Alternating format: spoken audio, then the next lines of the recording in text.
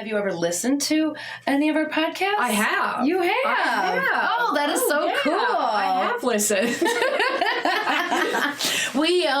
We tend to get pretty in-depth. I was just going to say that, because there's times when I'm like, gosh, I feel like I don't watch the show. Like, these guys are really, they dig deep.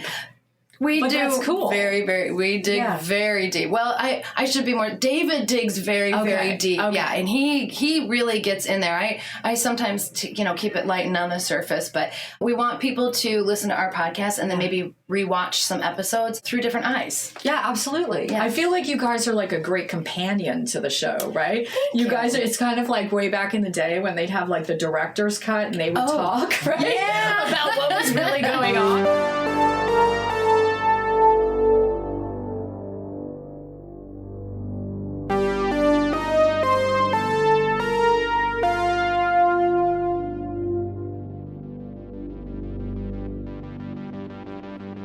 Carrie, what are you going to miss the most about working on The Walking Dead? Oh my gosh. I was a big fan of Walking Dead before I got the part, before I got Clark.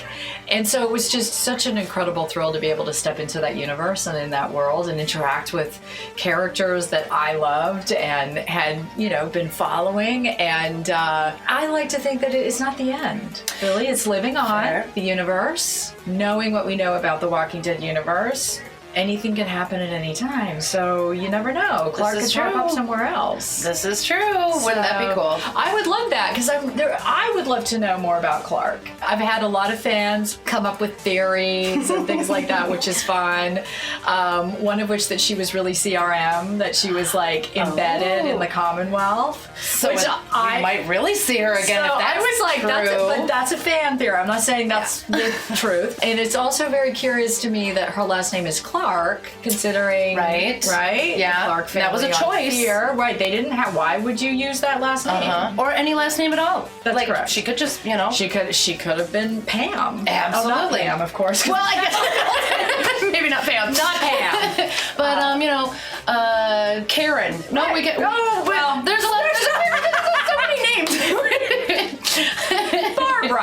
Barbara. There's even a Barbara. There's a Barbara in Alexandria. The thing is that you have. Gosh, I should have looked at this before today, but I was trying to remember what my cast number was, and it was like in the 400s. Whoa. Yes, it was like 469 or something like that. When I looked at the number, because every character has a number. They're probably in the 500s at this point. And we're talking characters with names, right? That's with names. Yeah. So even more than that, just part of the cast. That's insane. Which is kind of cool, because like Dog has a number, and which is funny because his name's Seven. Yeah. Right. And then when you get the call sheet, it's all kind of very Cloak and Dagger. There's names missing, and like stuff where you're like, we know who's in the show. Right. We know who number 1 is. Who do you think you're fooling? Yeah. Now, do those change? Do the numbers change depending on who's on set, or is it like this is your number? No, that's the character's number, okay. Right? Yeah. So they keep that as consistency, because they use that throughout. So they'll use it with wardrobe. They'll use it with different things. So there's always a consistency of whose wardrobe that is or whose anything. Right? That makes sense. Just keep it straightforward. I mean, can you imagine trying to keep track of all of that on The Walking Dead? All these seasons with all these characters, all these different communities. Like, it makes my head explode. Yeah. They gotta be very organized. Yeah, with props and everything. What's something that you're always gonna remember from being on set? Oh gosh. I think just the excitement of walking on set the first time and of like, wow, this is it. Like, I think like getting the script and then seeing The Walking Dead, on there, and I'm like, wow, this is really cool. Like, I'm a part of this, and opening the page and it said, Clark, Carrie Genzel. Like, and I'm like, it's real. There's so many things, because like every step of the way it was cool. Driving to Sonoy and like going through the gate. Of like, hi, cast. You get to go beyond the beyond the gate. And the thing that was so weird is that it was, so we shot those first 2 episodes. This was before vaccines, before any of that, right? So, and driving on the lot in Sonoy and seeing like these signs that you would think were props, right? That say, you know, testing, COVID testing, this and that. It seemed like they would be props from The Walking Dead, but they're real, and you like go and they're like testing real life, you, and I'm like, this is really weird, right? That we're actually doing this, and it's for The Walking Dead. So it was very odd. So definitely I remember that the first time of driving on and thinking, this is odd. And it wasn't the first time I drove on the lot. It was probably a few times after that I saw them fitting Michael Shaw in his orange... Mr. Sherbet? Yeah. Mr. Sherbet. For the first time, and he was like standing outside of the wardrobe trailer, and I was like, oh, that must be Mercer. Now, originally, Clark was supposed to be in the Commonwealth gear. Initially. And there was a bit of panic because when they booked me, I was on another show and we had to quarantine, so I couldn't leave and go to a wardrobe fitting. And so they were like, well, I don't know if there's going to be enough time because you have a very special costume and it has to be, we have to measure you, and I'm thinking, what in the heck am I wearing? And then I was like, oh my gosh, she's in, you know, the Commonwealth soldier outfit. But anyway, they changed their mind. Which was probably better. You know, I honestly like Clark's outfit better. I think it fits the character a lot better. Yeah. Trying to picture Clark in a trooper uniform, I'm like, I don't know if the character would have had the same impact, right? Yeah, I think that's what was it was very unknown. Like, who is it? Like, we looked like we were from the X-Files or something, right? Which I liked, which was cool. It had that mystery factor to it, which made the character even more mysterious. And even in wardrobe, they're like, you guys are very Mulder and Scully. And I was like, I'll take that. Right? Yeah. I dig it. Yeah. So, I like that too. And also those trooper costumes were not comfortable. So it was probably better to wear the suit. Well, and you had to sit down for your scene, so I imagine sitting in those outfits is not very comfortable either. Yeah, that's what I've been hearing. Yeah, absolutely. We're laughing all the time with the booty plates. Right. Like trying to sit with that little plate over your butt. And they were like little plastic chairs, so we'd be like sliding down. It'd be like... Start to look like a badass when you're sliding off your chair. Right. I was already, struggling to look like a badass because it was so cold when we shot that, and we're in an old warehouse, so there's no heat. And when they put little heaters in to try to warm us up, well, it would just go up. Right? So it didn't really do anything. And you can't have them on when you film because you can hear them. The noise, right? sure. If you go back and watch those scenes, outside of the odd time I'm referring to my clipboard, I always put my hands under the desk because I have the little hand warmers under there, and I'm like holding on to them for dear life, trying to stay warm. And I was wearing fluffy slippers because I had like pumps on with leather-soled bottoms, and I was like, hey, you can't see my feet, and my feet are like icicles. Do you guys have any little booties or whatever? And they brought these little fuzzy slippers. So I did see a behind-the-scenes picture where you can actually see that I'm wearing slippers. It's funny. That didn't make it on screen, right? Because now I'm going to have to go back and rewatch that scene over and over and over. But there was a still that I saw that was posted, and you can see that I have little slippers on underneath. Okay. And I was like, she likes to be comfortable when she's auditing. Yeah. As one does. Yeah. Right? Yeah. Makes her more badass, right? Right. That's right. I have slippers on, and you're still scared of me. Right. Exactly. Do you have a favorite moment that happened on set? Oh my gosh. I think we had so much fun, and we were all so cold, so we didn't joke around a lot, but we did joke, of course, right? Somewhat.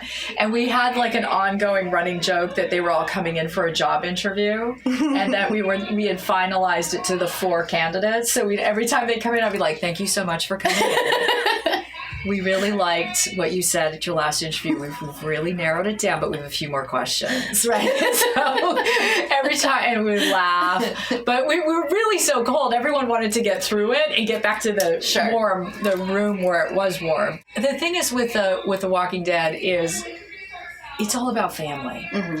And that goes behind the scenes as well. That's the cast, the crew, like, and you felt that. I felt that. Even before I got on set, but just even in base camp, it was like, welcome to the family. One of the first things that was said to me when I went to we had a hair and makeup test and wardrobe fitting and all that stuff, but they said, you're part of the Walking Dead family now. And I was like, yeah. They're like, that's it, welcome to the family. And you feel that. It felt like a big hug. Like, it felt like I was like, that's pretty badass. Like, that's a pretty cool family to be a part of, because that's like worldwide, global family. Yep. And as a fan of the show, like, that really meant a lot to me, you know, because I was like, wow, this is really cool. And it was a little different because of COVID. Everybody was kind of broken up into pods. So if you weren't working directly with anyone, you never saw them, right? Oh, yeah.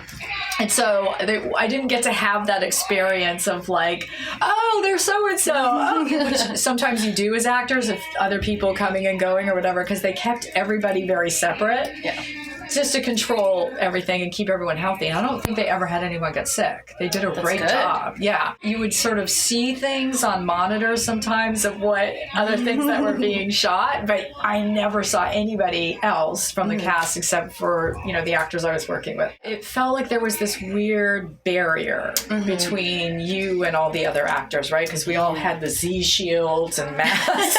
And it's all like you're trying to talk to people and it's like, boom, you bump into it. You're like, oh, sorry. Sticking out this far. Right. It's so awkward, right? And then even at lunch, you know, a lot of times you can kind of get together and talk, and it feels like family. They kept everything was very, you ordered it, they just brought it to you, and you eat it by yourself. And you're like, okay. But definitely I did feel a part of the family, and it was cool because my first day was Michael Shaw's first day. And so it was kind of fun to be there for those first moments, and then see now like where that character has gone is really exciting. Yeah. Those first 2 episodes, you know, we'd gotten a hint of the Commonwealth from the end of season 10. But we still were like, what's going on? And so there was a lot of mystery. And like when we first walked on set in the suits, and like I got to have a manicure, which was a big deal. Like, oh, you get to have a manicure. Oh, like, yeah. No, the women never get to have a manicure. No kidding. So my hair was like perfect, and like flat ironing my hair, you know. And I'm sitting there thinking, this is not what I thought my experience on The Walking Dead would be like, right? It would be like messy, dirty, you know, like crawling in some mud. And anyway, but it was really cool. So people were like, okay, what's the deal with them? You know? The main cast members, they do, but for myself, like they don't give you the whole script, right? Because they don't want anything getting out. Right. Or you're on a need-to-know basis, right? Exactly. So I didn't know anything else that was really going on in those first episodes. So it was fun to be able to watch that and then, you know, see everything that we shot kind of come to life. All but pieces. It was pretty intense. That main interrogation scene is a really long scene. I think it was like in the script like 7 pages long or something. It was a lot. It took about a day and a half, I think, in total. Like we were doing it for a long time. It was like my husband was laughing because I would just keep repeating because I had to be really on and fast, and I'd have to do it with each character like in rapid order of like, okay, we do it with Eugene, okay, then we do it with Princess, and we do, you know, and so he's like, I think I know all the questions at this point because you kept like just repeating them and repeating them and repeating them. It was just one of those jobs that was really special. As an actor, we're always happy to work, but it really meant a lot to me because it was really exciting to step into that universe that I have loved, you know, and then to feel really welcomed and a part of the family immediately was really great. Who would you love to see have their own spinoff? Oh, shoot. Well, I think they've chosen some good people already. Yeah.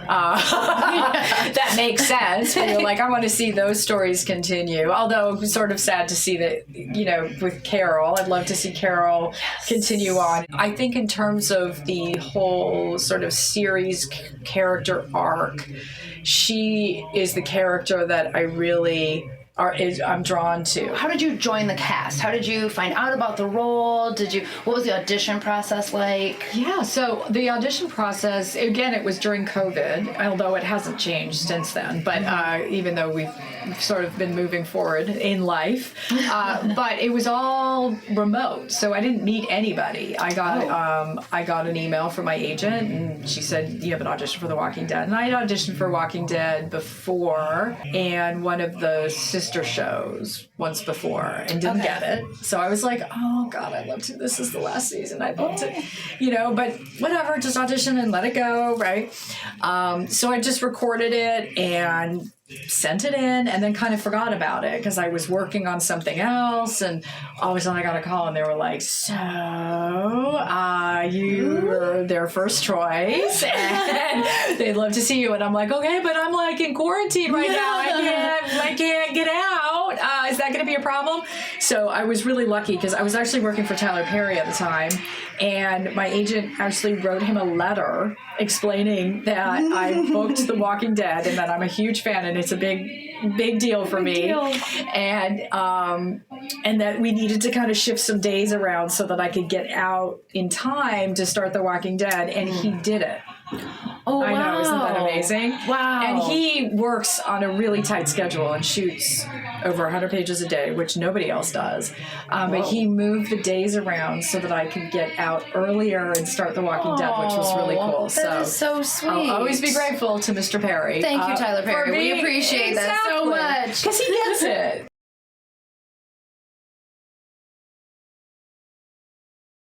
There we go. Okay. All right. Keep going. Okay. Sorry, Dave. He's used to this, though. It wouldn't be Squawking Dead if we didn't have some sort of technical issues, right? Oh my gosh, I'm the worst. I get it. And then we'll let him do the editing. Okay, perfect. All right. He'll probably like to do the intros and all of that too. So he always has like a vision for things. Okay. Kind of let him We're just handle gonna give him that. the meat. That's right. We give him the meat, and then he kind of makes the whole meal out of it. Right. And it adds all of the sprinkles on the magic. Exactly. Love exactly. it. Love it.